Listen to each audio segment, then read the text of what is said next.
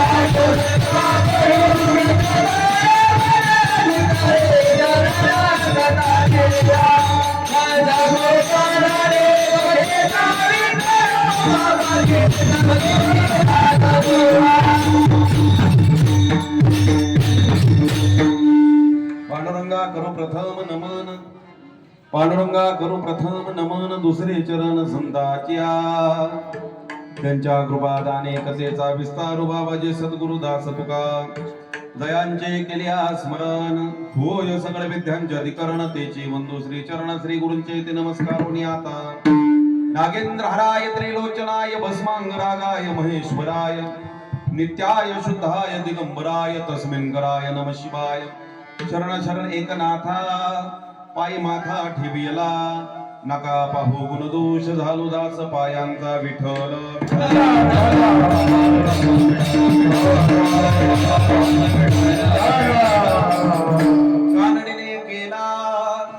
कानडीने केला मराठा प्रकार एकाचे उत्तर एका नये तैसे मद नको करू कमळापती देया संगती सज्जनांची प्रस्तुत प्राप्त प्रसंगी संप्राप्त कीर्तरूपी सेवेकरता घेतलेला अभंग अखिल विश्वाच्या हृदय पटलावरती व्याप्त असणारे संत श्रेष्ठ रामनामधारकी कामक्रोध विधारकी जडमुड तारकी सत्य सत्य पारकी गत भगवंत धामी रत भगवंत नामी असणारे जगद्गुरु संत श्रेष्ठ तुकोबरायांचा अगदी सर्वांच्या परिचयाचा पहिलं चरण इथं उपस्थित असणाऱ्या प्रत्येकाच्या पाठांतरातील असणारा पण आयुष्यात जगत असताना त्या संतांची संगत कायम आमच्या आयुष्यात दे अशी विनंती करणारा त्या संतांची संगत नवे नवे चांगल्या माणसांचं मार्गदर्शन आमच्या आयुष्यात कधीच कमी पडून देऊ नको असे आशयाचं चिंतन करणारा तत्वचिंतन करणारा अभंग विठ्ठल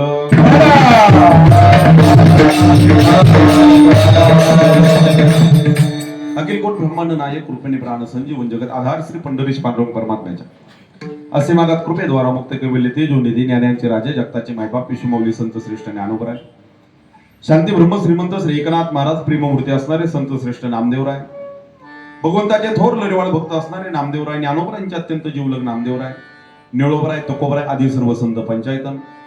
खर तर तुकोबरायांवरती, तुकोबरायांच्या वाङ्मयावरती प्रेम करणारे सर्वच आप्तजन, सखे, भाविक, मित्र, परिवार गेली अनेक वर्ष, जवळजवळ गेली 22 वर्ष झाली आपली हे सप्ताहाची, नाम सप्ताहाची आपली परंपरा चालू आहे.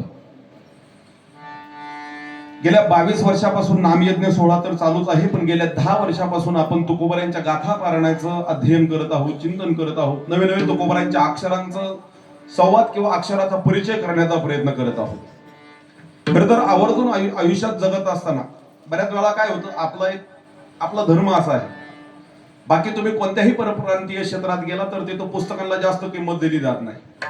पण आपल्याच इथं का पुस्तकांना जास्त किंमत दिली जाते, तर आपण त्या पुस्तकांना पुस्तक समजत नाही, त्या पुस्तकांना आपण ग्रंथ समजतो.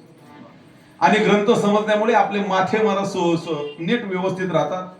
खरं तर मला सप्ताहात कोणाचं कीर्तन आहे त्यापेक्षा मला सप्ताहाची पत्रिकाची वरची जी टीप असते प्रस्तावनेची ती वाचायला फार आवडतं. खरं तर अनित्यकडे चाललेला, ढासळत चाललेला किंवा अयोग्यकडे ढासळत चाललेला सुखाची व्याख्या बदलणारा समाज ज्यावेळेस संतांच्या निदर्शनात येतो त्यावेळेस संतांचं अंतःकरण तळमळतं. आणि त्यावेळेस संत महाराज मार्ग दावणी गेले आधी दयानिधी संत तेनेची पंते चालू जाता नपडे कोणता कोटे काही. त्यावेळेस संत महाराज आम्हाला सरळ सरळ आणि सुखाचा मार्ग, चांगला रस्ता दाखवायचा प्रयत्न करतात. खर तर आजचा अभंग सर्वांच्या परिचयाचा आहे. सेवेसाठी आवर्जून सर्वच उपस्थित असणार. म्हणत असताना खर तर संगीत गाथा पारायण 16 अखंड हरिनाम सप्ताह मौजे ग्रामस्थ असतील, श्री विठ्ठल रुक्मिणी प्रांगणात उपस्थित असणारे सर्वच भवानी माळ, पाटील वस्ती, विटा, खानापूर जी सांगली. खर तर सांगली जिल्ह्यातून, आपल्या खानापूर तालुक्यातून, विटा ग्रामस्थातून झाशीची राणी झाशीची सेवा व्हावी ट्रस्ट समस्त ग्रामस्थ असतील. खर तर ज्यांच्या अध्यक्षतेतून हा सोहळा सुरू झाला, आमच्या असणाऱ्या गोकुळाताई पाटील असतील आणि ताईंच्याच अध्यक्षतेतून पण ज्यांच्या कुशल अशा मार्गदर्शनातून गेली अनेक वर्ष हा सप्ताह होत आहे, आमचे गुरुवारी असणारे श्री कैलासजी महाराज केंद्रे असतील. खर तर संप्रदायावरती आणि भगवंतावर प्रेम करणारे सर्वच भक्त भाविक, बऱ्याच जणांचा माझा परिचय, माझा विको कमी करा, बरेच चेहरे माझ्या ओळखीचे असतील किंवा नसतील. गेल्या 2-3 वर्षापासून लहान भाऊ माझा इथं उपस्थित आहे. त्याच्यावरती प्रेम करणारे गायनाचार्य श्री, ज्यांनी सुंदर अशी ठाईची चाल सुरुवातीलाच गायली, अरुण महाराज शिंदे असतील, माझा लहान भाऊ प्रसाद असेल, हार्मोनियम वादक अशोक दाभोळे गुरुजी असतील, अक्षय पाटील असतील. खर तर ज्यांच्या बासरी वादनाने कीर्तनामध्ये एक सात्विकता निर्माण होण्याचं कार्य होत करतं. आणि बासरीचा ज्यावेळेस गोड सुंदर स्वर कानावरती येतो त्यावेळेस वेगळी सात्विकता उमटावी लागत नाही. खर तर काही वाद्यांची ताकद असते, ढोलकी वाजली की तिथं कोणता गुण तयार होतो तुम्हाला वेगळं सांगण्याची गरज नाही. त्यातली त्यात आपल्या विटाला तर तो गुण सांगायची गरज नाही. प्रत्येक वाद्याचं काहीतरी ताकद ठरलेली असते, प्रत्येक वाद्याच्या पाठीमागं काहीतरी महाराज आभा असते. तशी बासरीची अशी आभा आहे, बासरी वाजली की महाराज गोकुळात राहणाऱ्या 3 प्रकारच्या स्त्रिया होता, 3 प्रकारच्या स्त्रिया होत्या, कोणी सुना, कोणी सासा आणि कोणी लेखी. पण ह्या बासरीने महाराज तिघांनाही मनमोहन करण्याचं, मंत्रमुक्त करण्याचं काम केलं. खर तर बासरी वादक असणारे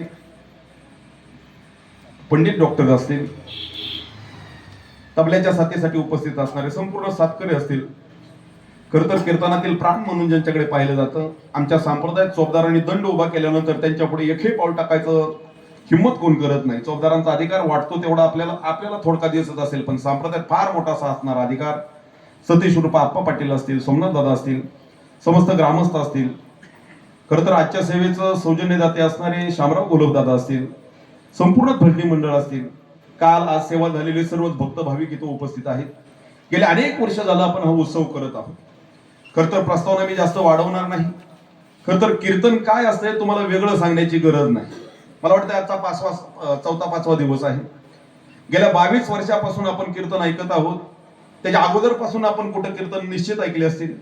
माझं एक नेहमीच ठरलेलं वाक्य असतं की अलीकडे आम्हाला डॉक्टरच्या गोळ्याचा डोस कमी, तेवढा कीर्तनाचा डोस जास्त झालेला आहे. का तर जुन्या काळी आजारी पडल्यानंतर डॉक्टर काय करतात, एक तर सकाळी जेवणानंतर आणि रात्री झोपण्याबद्दल गोळ्या खायला लावतात.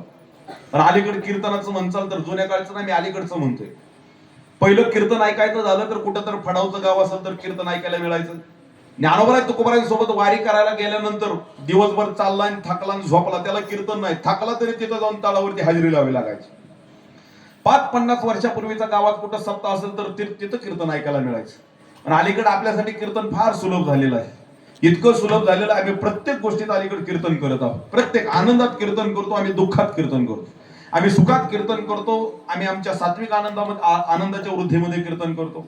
बऱ्याच वेळा आम्ही आमच्या मृत्यूच्या सोहळ्यात कीर्तन करतो आणि बऱ्याच वेळा आम्ही आमच्या जन्माच्याही सोहळ्यात कीर्तन करतो. श्रद्धेने क्रियती ती श्राद्धात, त्यानिमित्त आम्ही वर्ष श्राद्धाचे कीर्तन अलीकडे वाढलेले आहेत, आपल्याला काय सांगण्याची गरज नाही. आम्ही अभिष्ट चिंतनानिमित्त कीर्तन करतो, वास्तुक शांती निमित्त कीर्तन करतो, गंगा पूजनानिमित्त कीर्तन करतो. पाठीमागच्या 4-5 महिन्यात मी 2-4 निवडणुकीची कीर्तन केली. जसा पक्ष तसा अभंग, ज्या गावी केला वाटते ते नसावे उदास. मला वाटतंय अलीकडे कीर्तन फार वाढली, कीर्तनकारांची संख्या वाढली, कीर्तनही वाढली. पण जुनी जाणती माणसं सांगून जायची, ऐका मी थोडा स्पष्ट वक्ताय, राग अजिबात येऊ देऊ नका. पण अलीकडे कीर्तन वाढली, पण सुरुवातीला एक मन असायचे बघा, इथं तमाशाने माणूस बिघडत नाही, कीर्तनाने माणूस सुधरत नाही. सुधारणं आणि बिघडणं मला ते त्याच्या अंतकरणावर असतं, ते अंतकरण त्याने शाबूत ठेवणं फार गरजेचं असतं. चिखलात मारत काही वेळेस कमळ येतं, काही वेळा चांगल्यातही मारत तिथं ते फुल एखादं खराब यायला आल्याशिवाय राहत नाही. अलीकडे आमच्याकडे कीर्तन फार वाढली, पण त्या कीर्तनाची आत्म्यात आमच्या हृदयापर्यंत पोहोचले का हे तपासून पाहणं फार गरजेचं आहे. हा, इथं संख्यात्मकता वाढली, पण गुणात्मकता घसरण्याची भीती प्रत्येकाला त्रस्त करणार आहे. विठ्ठल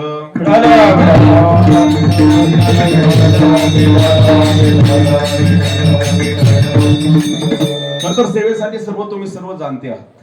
कीर्तन आपल्यासाठी काही नवीन राहिलेलं नाही. थोडं खाली येऊन बोलतो, आम्ही वाढदिवसानिमित्त कीर्तन करू, वास्तुक शांती निमित्त कीर्तन करतो, माफी मागून बोलतो. मला वाटतंय फक्त आता कुक्कुटपालनाच्या उद्घाटनानिमित्त, बियर बारच्या उद्घाटनानिमित्त कीर्तन राहिले, नाहीतर सगळीकडे कीर्तन पोहोचलेलं आहे. पण निश्चित या कीर्तनाची आत्मीयता तपासून घेण्याचा आपण निश्चित अंदाज किंवा प्रयत्न करायला काय हरकत नाही. ज्यांची सुंदर अशी मृदुंगाची साथ आहे, माझे लहान बंधू ऋषिकेश महाराज असतील, माझ्यासोबत आलेली संस्थेतील माझी सगळी लहान भावंड असतील, खर तर ज्यांच्या संपर्कातून इथे येण्याच्या योगाला वैभव दादा असतील, त्यांचे सगळे सहकारी असतील, त्यांचे वडील असतील, समस्त ग्रामस्थ असतील, ताईंनंतर सर्व इथला कारभार सांभाळणारे त्यांच्या भगिनी असतील. झाशीची राणी पथक म्हणजे निश्चित झाशीची राणी हा शब्द मला फार अतिशय दुसऱ्या तो शब्द वाचला की पुढच्या 4 माणसावर लगेच दबाव पडला जातो, वेगळा दबाव टाकण्याची गरज पडत नाही. खर तर माझ्या असणाऱ्या कोण जनाई, कोण रुक्मिणी, कोण मीराई, कोण माताई, निश्चित तुमच्या सर्वांच्या सहकार्यातून आपला हा सोहळा चालू आहे. आणि काय असतं, बऱ्याच वेळा जास्त गर्दी असलं असं पाहिजे काय नाही. एका फडकरी परंपरेचा पाहिजे काय, लाख माणसात हे कीर्तन केले तर कधी कधी 2 माणसात हे केलेले आहेत. लाखाची तमा नाही, 2चं दुःख नाही. जास्त असण्यापेक्षा थोडी अविट घ्यावे खरे, जास्त असण्यापेक्षा थोडं असलेलं कधीही बरं. म्हणजे घाव्याला भर मुरमुर खाण्यापेक्षा मुठभर काजू बदाम खाल्लेलं कधीही चांगलं असतं. विठ्ठल